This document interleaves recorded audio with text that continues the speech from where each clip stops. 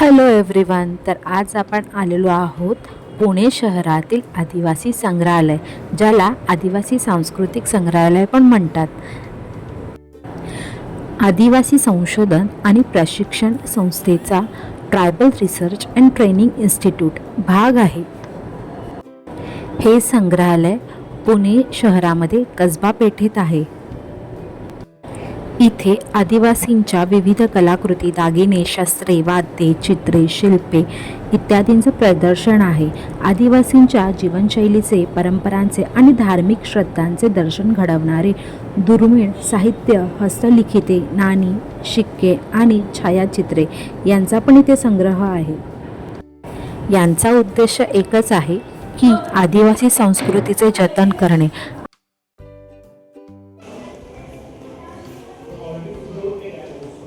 माडिया म्हणजे आदिवासीमध्ये माडिया नावाची जमात असते, त्यांचे हे भाग अजगर मणिमाळ, ही जी मल्टी कलर मणी दिसतात ना, दॅट इज अजगर मणिमाळ. आणि हा त्यांचा पहिरावा. हा पहिरावा त्यांचा. हे अजून पण घालतात का माडिया जमातीतली स्त्री तिचा हा हे अजून पण घालतात, राठोड सरनेमवाले. पण त्यांचा पॅटर्न वेगळा असतो. टिपिकल पुतळ्यांच्या माळा, पायात हे गळ्यात, हातातली कडी, गळ्यातलं आयडियल दागिन्याची नावं. पैडी, अँकलेटला अडी म्हणतात, पैरीला अँकलेट म्हणतात, तोडा म्हणजे पण अँकलेट, सगळेच पैडी म्हणजे पण हे अँकलेट. आताचे जमान्यातले. साडी ही पावरा जमात, पावरा जमातीची पावराचे झुमके बघ, सगळी चांदी ना.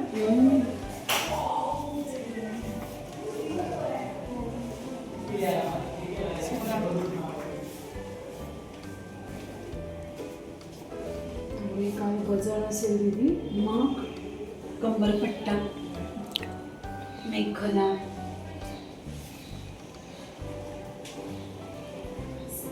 वाद्या, बाजूबंद, जयत्र जय मला जय, अगदी बरोबर, येस.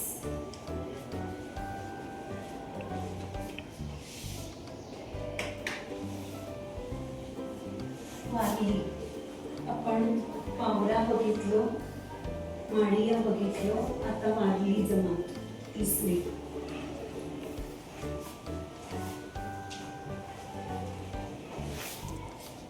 फणी बघ त्यांची कशी आहे. आपण आतापर्यंत माडिया जमात पाहिली, पावरा पाहिले, कोरकू पाहिले, ओके.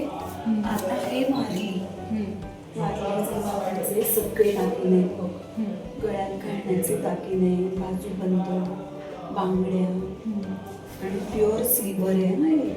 पायात घालण्याचे दागिने बघ कसे, ज्याला आपण ताईच म्हणतो.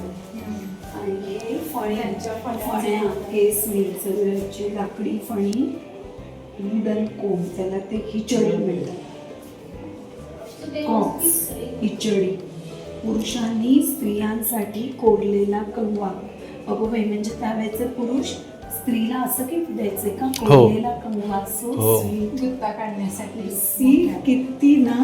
ही अशी वाली अजून पण वापरतात. आणि हे थोडे दागिने कमी होत चालले. दागिने कमी, पेहराव ना, कम्पेअर टू प्रिव्हियस मंथ. या आहेत तंबाखूच्या डब्या, व्हेरी अँटिक. तंबाखूच्या डबीला पोगा गोटा म्हणतात. कडकसाल असलेलं जे फळ असतं, त्या फळामध्ये ते कोरतात.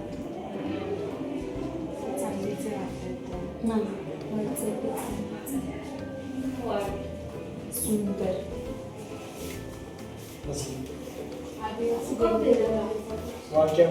आदिवासी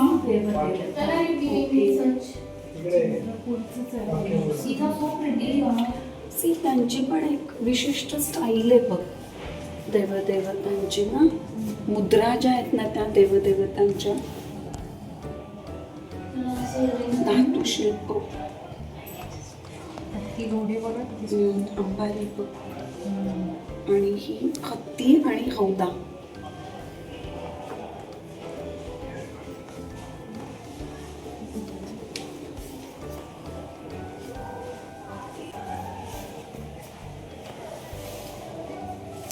आदिवासींनी केलेलं धातुकाम इथे हे केलंय, प्रोजेक्ट केलंय.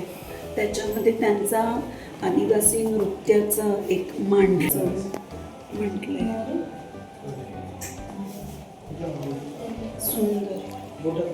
आणि हे तांब्याच्या प्रतिमा, म्हणजे आपण त्याला टाक म्हणतो, देवी देवतांचे टाक या इथे.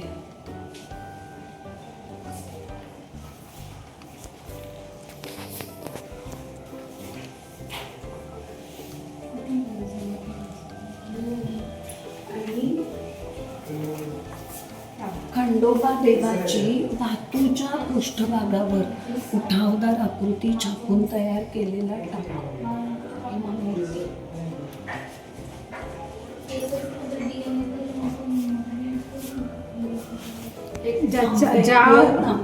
ज्या पत्रावरती कुलदेवता कोरतात त्यांना टाक म्हणतात. कुलदेवता किंवा कुलदेवतेची चिन्ह. सुंदर. हे पश्चिम महाराष्ट्रातलंच आहे सगळं ऑलमोस्ट जे काही आहे. हो.